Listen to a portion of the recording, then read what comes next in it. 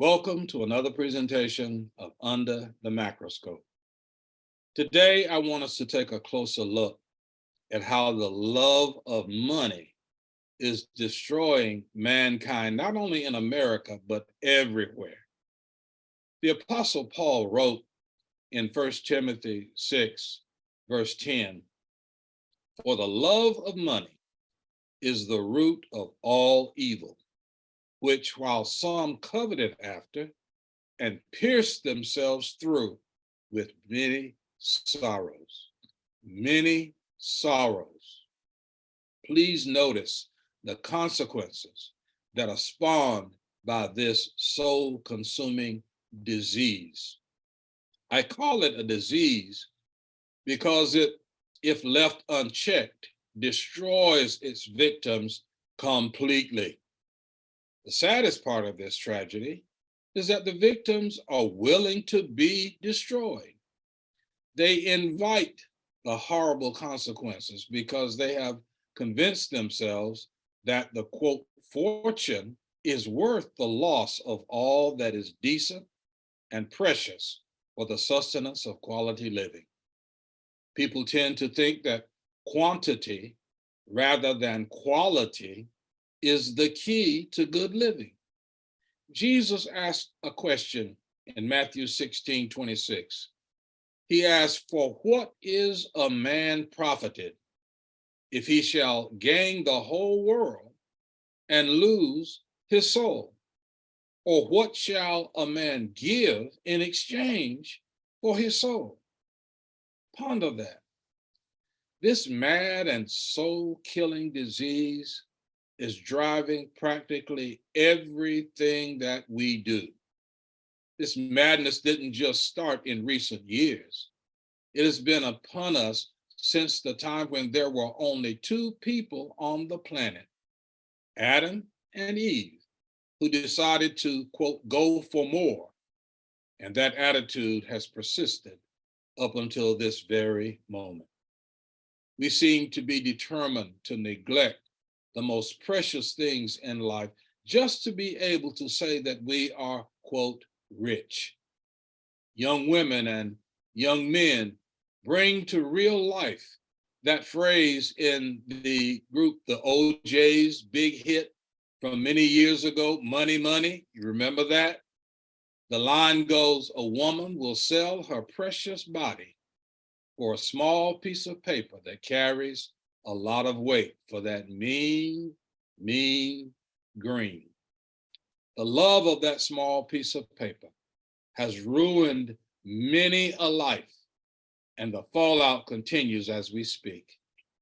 The financial collapses that we're experiencing right now are only going to get worse because the quote haves are determined to hold their position of dominance over the have nots, no matter what.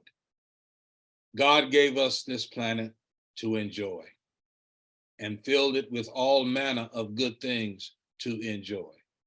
He gave it to all of us, not just a few of us. When one nation or group attempts to, quote, claim it all for themselves, the results are always going to be disastrous for many, mostly the greedy, because their behavior is outside of the will of God. That callous attitude is unfortunately deeply rooted in the beginnings of what has shaped and is still shaping what is still trying to become America. No, America is not here yet. The land of the free and the home of the brave is still a work in progress. Just listen to some of the brain dead rhetoric from people who want to control everyone else's lives.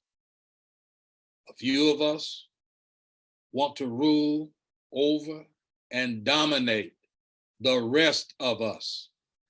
That is not America. That is Russia, China, and North Korea, not America. That will never succeed, no matter how much money one amasses or how big one's arsenal of weapons might be.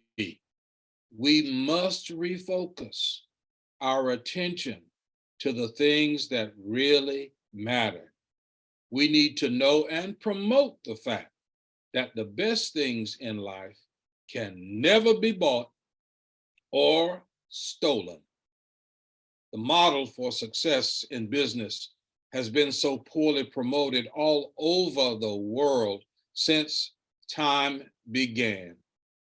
Over the years, I have asked business majors a very simple question. Why does one go into business? The response is almost always the same. To make money, they tell me. My response to their response is always the same. Wrong answer. One does not go into business to make money. One goes into business to provide a quality product, whether it be goods or services, at a reasonable price. Note the emphasis on the words quality and reasonable. With those two concepts at the forefront, the dollars will take care of themselves. When people know that they are getting what they pay their good money for, they will be your customer for life. People who only go into business to, quote, make money usually don't. That's why we see so much fraud, usury, and even murder just to make a dollar. The gross mismanagement of our financial system that we're witnessing right now is just the beginning. Until we grow up, the horrors that we have created will never change, except for the worse. Just another Mackian observation. Thanks for listening. Follow me on YouTube at Mac McRae under the Macroscope. Please subscribe and share. And if you wish, you can make a contribution of your choosing by using the QR code on the screen. You may also write to me at Mac McRae, P.O. Box 403, Pineville, North Carolina, 28134. See you next time. And remember, under the Macroscope, we take a closer look.